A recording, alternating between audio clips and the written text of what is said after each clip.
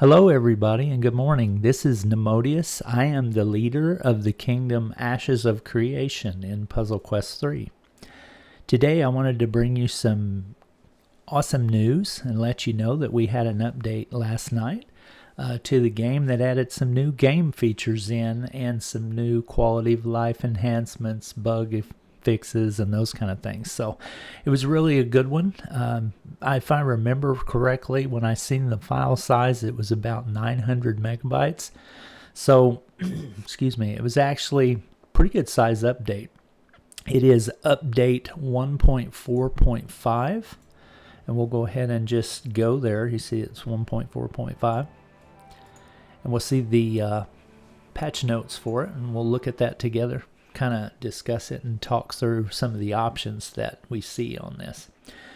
So right now you see that they're calling this game update 1.4.5 adventure, because that's the basic theme of the whole update, is they're adding in the adventure mode.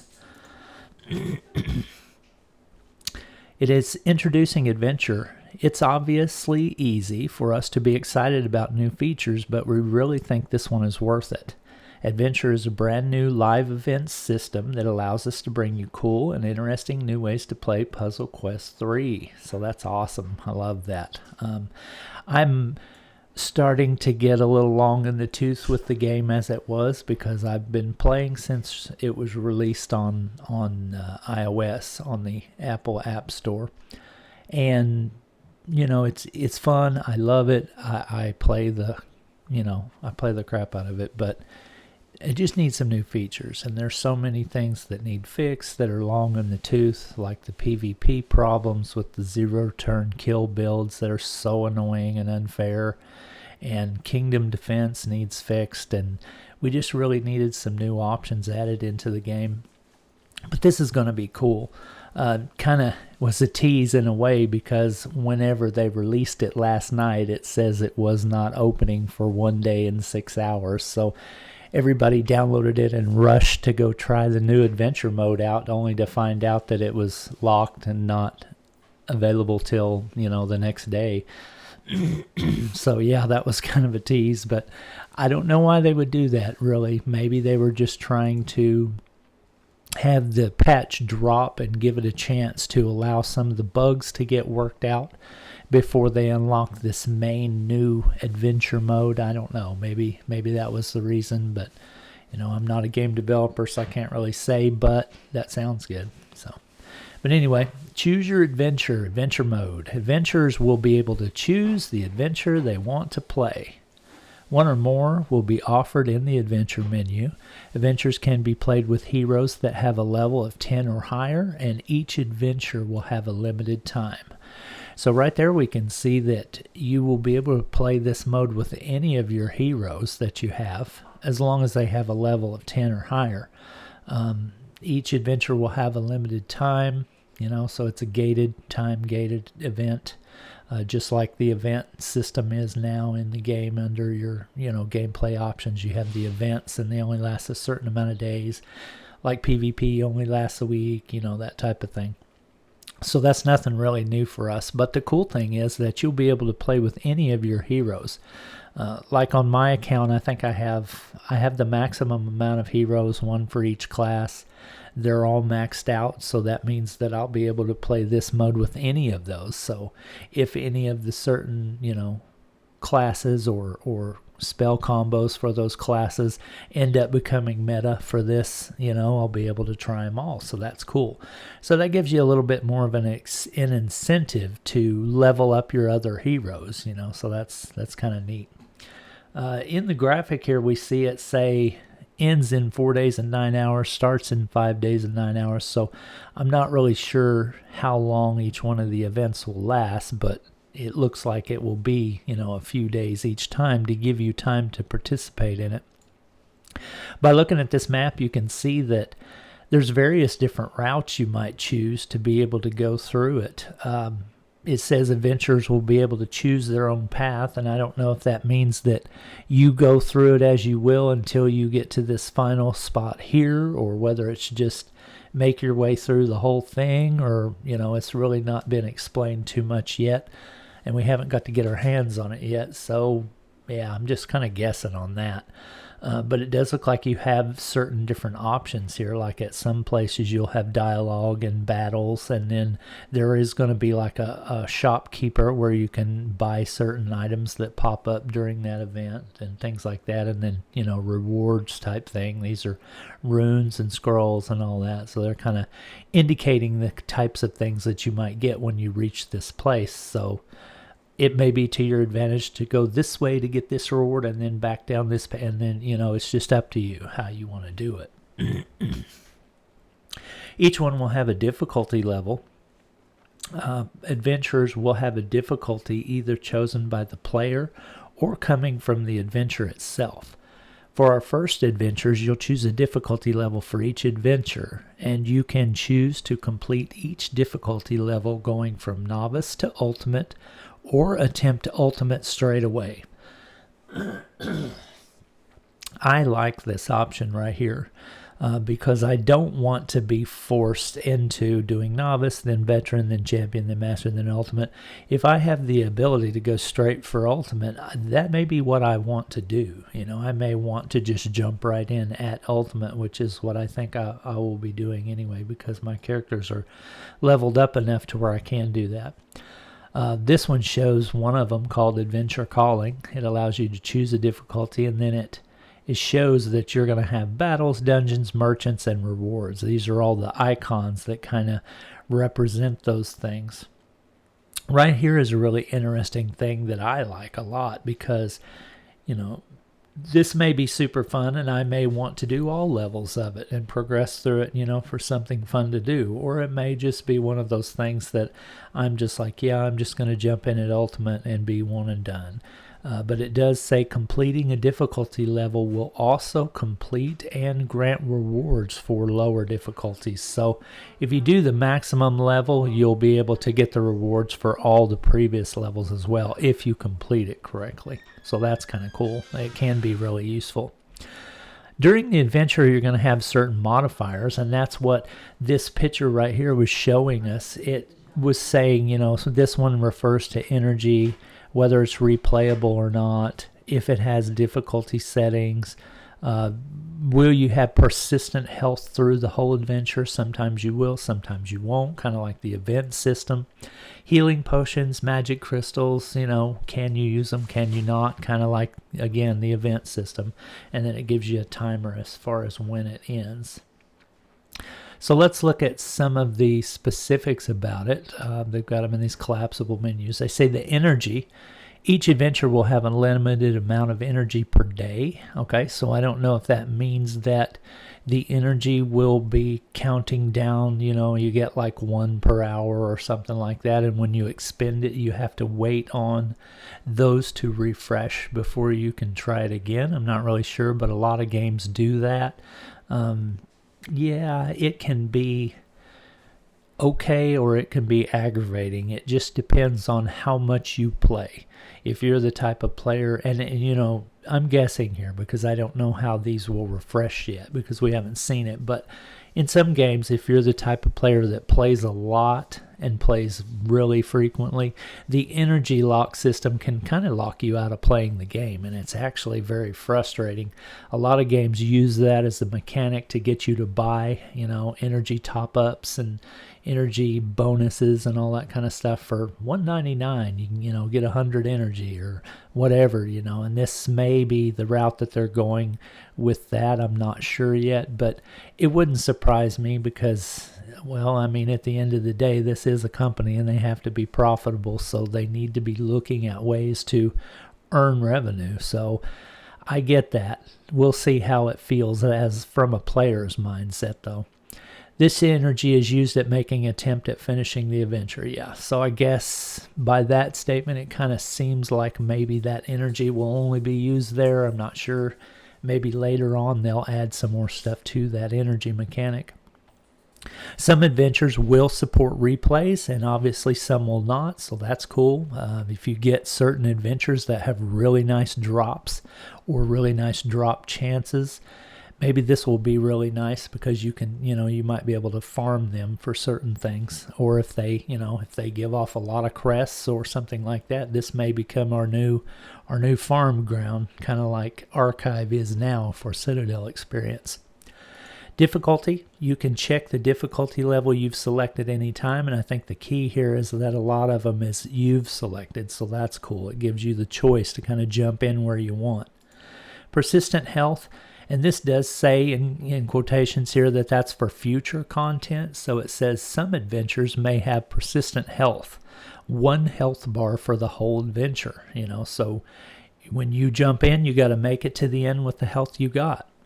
Whether or not that means that they'll allow you to use potions or top-ups or anything like that at certain points like you can in events, I don't know, but we'll see. For an additional level of challenge, obviously, it's going to be harder to make it through an event with 1 health bar. That would be a lot more challenging and something I'm kind of looking forward to trying. It does say that this feature will be added in a future update, though, so it must not be in there yet. So that's, coming soon. This also right here, regeneration, healing potions, and magical crystals, that kind of seems like it would tie in with that, is also for future content, because obviously these will be the things that will be allowing you to survive if you need to heal or you need to get a buff to certain masteries or anything like that. These folks are related, I don't really know what that means, but these are related to persistent health and will be coming in a future adventure update. So that's kind of self-explanatory there. So when we talk about the rewards a little bit, it looks like at certain places you're going to have certain type of rewards. We can see here that this person has completed this part, and they've obviously made this path right here to where they're going this way. So yeah, that's kind of interesting to see their path choice. And it looks like they have an option to either now go this way and then maybe go here. Who knows? I don't know if you can backtrack after you have already chosen a direction or not. That's interesting. We see that. It does say that adventures will offer varieties of different rewards, while adventure will continue to expand with new game modes that may offer rewards in different ways. This is how our first adventures will work.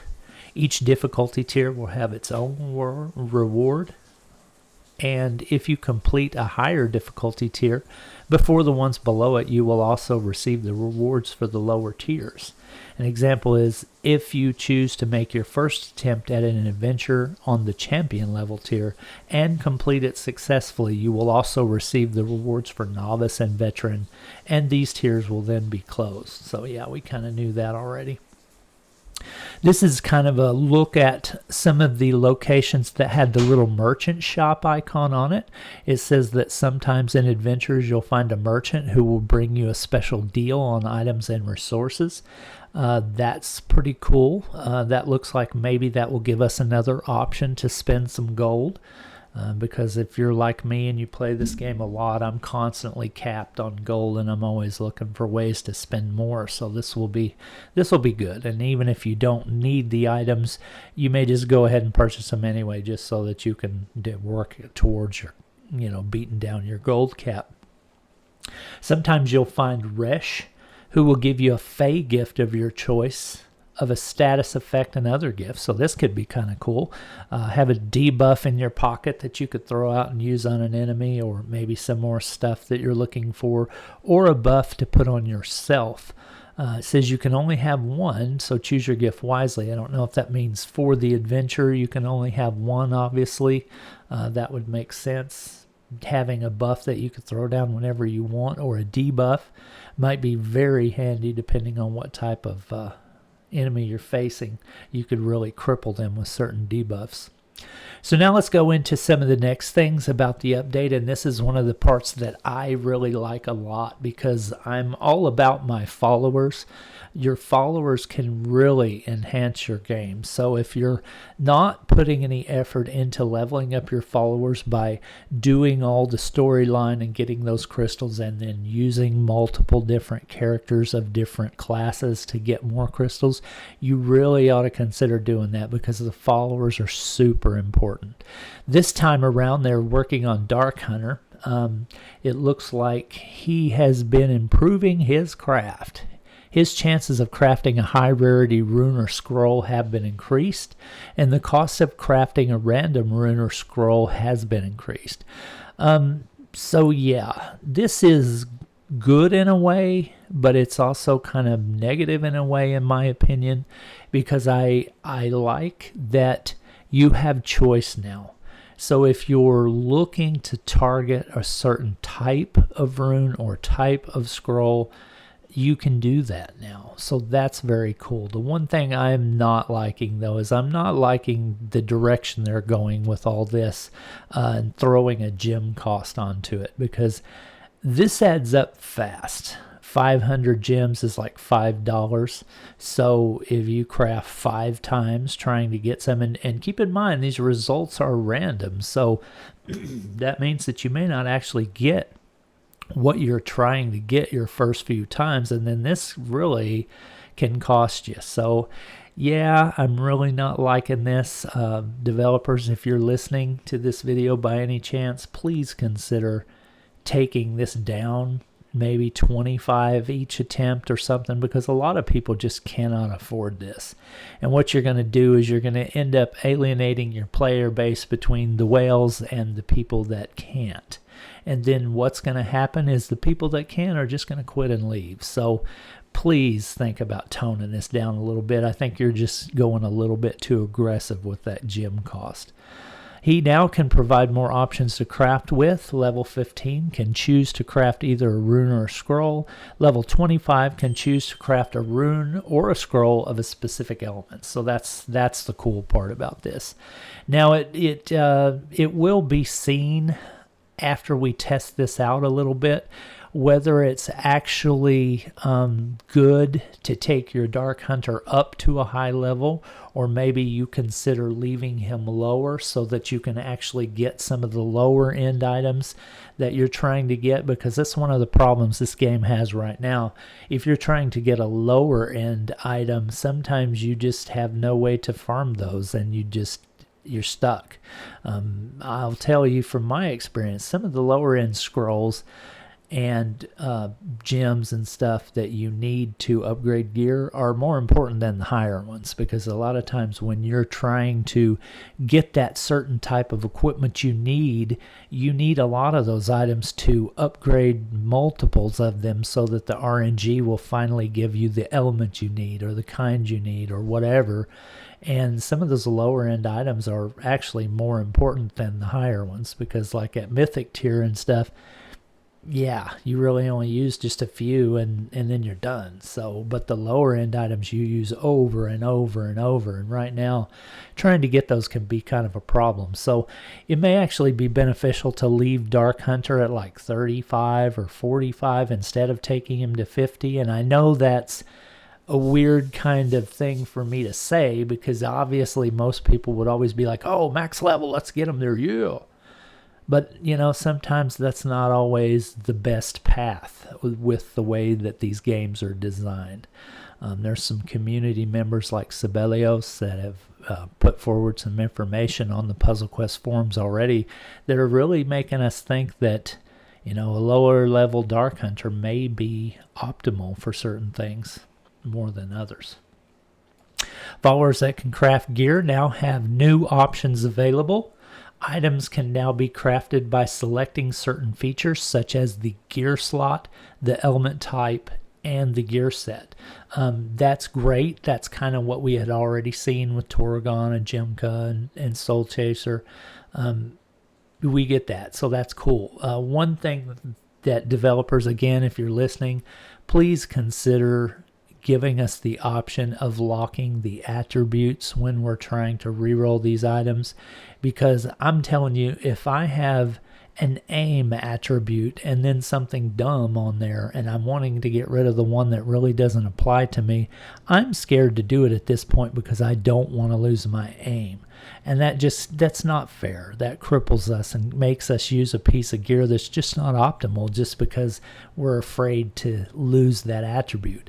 But if we had the ability to lock that one attribute that we like and then re-roll the one that we didn't, honestly, I would be more inclined to spend more gems to do that, because then I would know that I could actually keep trying until I got something good and I wouldn't lose the thing that I really want on there as well. The way it is right now, I'm afraid to try because I don't want to lose the thing I want to keep, but I would like to change one attribute, and it's not a good bet for me. It's a waste of gems at this point, and I won't do it. So you're basically causing your players not to spend more money with you by not allowing them to have the ability to lock those attributes. So please think about that as well. Several followers have new crafting abilities with future support for Dark Hunter for rune and scroll crafting. So that's cool. We like that. Quality of life and miscellaneous. One of the things that they've done is remove the default to max level in the gear upgrades. This is super cool because if you're like me, I've got stung on this once. I wasn't paying attention when I was upgrading a piece of gear, and I did not intend to upgrade it to maximum because I was just trying to figure out what element it was going to be when it got to the blue rarity level, and I accidentally leveled it all the way to max, and I used a lot of my items that I would not have wanted to use, and it cost me quite a bit actually. So yeah, I'm glad to see this ability, and I think a lot of people have accidentally done that and they're really salty about that, so this was a good choice.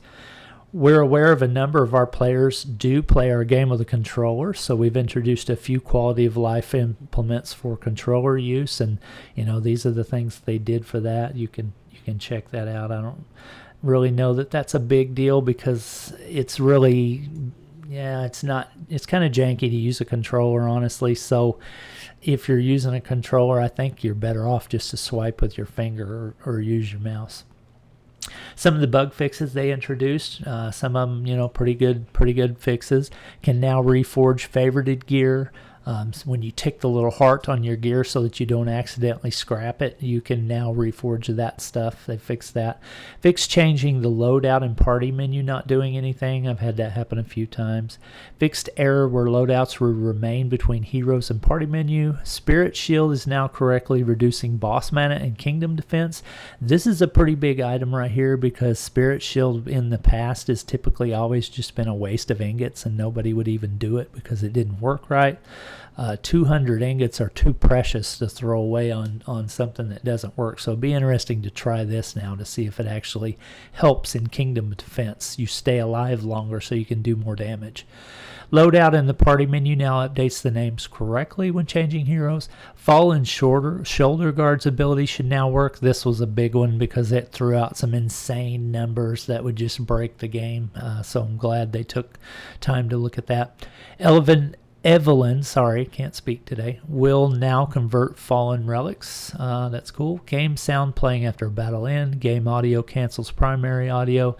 Not really sure what that's about, but I wish they would set it up to where we could actually listen to podcasts and things like that while we're playing because, hey, a lot of grinding. Sometimes I want to listen to something else when I'm just mindlessly grinding.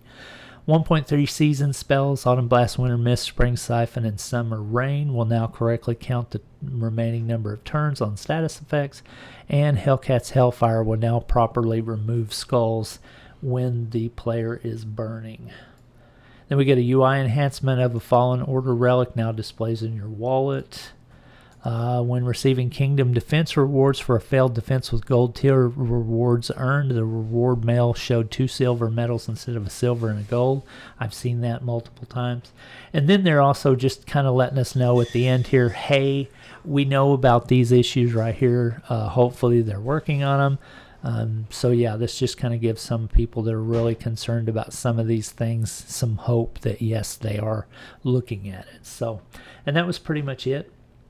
All in all, I think this was a really good update for the game. We still haven't got to see what the adventure mode is like yet because we haven't got to play it. Later on today we will actually get our hands on it. So I think it was actually a pretty cool update to the game. I hope that it's going to add a lot of quality content so that ideally we can all have more fun. Anyway, that was your update news for today. Nemodius out. Thank you for joining me.